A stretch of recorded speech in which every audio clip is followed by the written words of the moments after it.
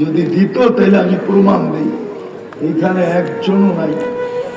তাদের মা বাবা চলে গেছে, যখন রাত্রে যায় এখান থেকে খাটের ভিতরে বসবে আর ঘুমাবে, কম্বলটা নিয়ে খাটের ভিতরে বসে এই কথাটা মনে উঠবে না, হয় আমি তো এখন কম্বল নিয়ে ঘুমাবো, মা জানি কবরে কেমন আছে,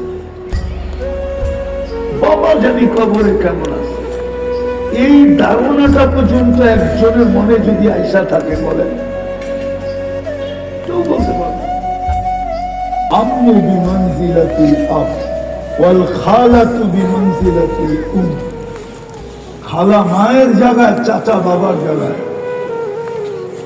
চাচাকে তো বাবা বলতেছে, নিজের হাতে তো কবরে নামাইলেন। আপনি চিনেন মুহাম্মদুর রাসূলুল্লাহর হাত কি?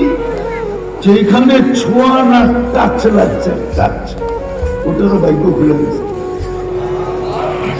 আমাদেরকে মুহাম্মদুর রাসূলুল্লাহর হাত লাগছে আর ভাগ্য খুলে না, এরকম একটাও নাই। এরকম কোন জিনিসই নেই যে ওনার হাত লাগছে আর ভাগ্য চিরদিনের জন্য খুলছে, শুধু একদিনের জন্য না। খোলে নাই তো খোলে নাই, শুধু চাচারটা খোলে নাই, নিজের হাতে কবরে নামাইছে।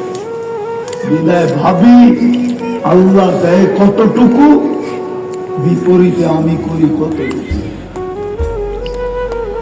চলে তো যেতে হবে, কিন্তু গুছায়া যেতে হবে। ওইখানে যে গুছানো যাবে না, আর এইখান থেকে কেউ গুছায়া দিল না। যদি দিত তাহলে আমি প্রমাণ দিই। এইখানে একজনও নাই। তাদের মা বাবা চলে গেছে, যখন রাত্রে যায় এখান থেকে খাটের ভিতরে বসবে আর ঘুমাবে, কম্বলটা নিয়ে খাটের ভিতরে বসে এই কথাটা মনে উঠবে না, হয় আমি তো এখন কম্বল নিয়ে ঘুমাবো, মা জানি কবরে কেমন আছে, বাবা জানি কবরে কেমন আছে। এই ধারণাটা পর্যন্ত একজনের মনে যদি আইসা থাকে, বলেন কেউ বলতে পারবে। বুঝে গেল, মনে কেউ রাখবে না। সত্য এটাই, যতই আপন বলুক না কেন, মনে কেউ রাখবে না। এটাই সত্য।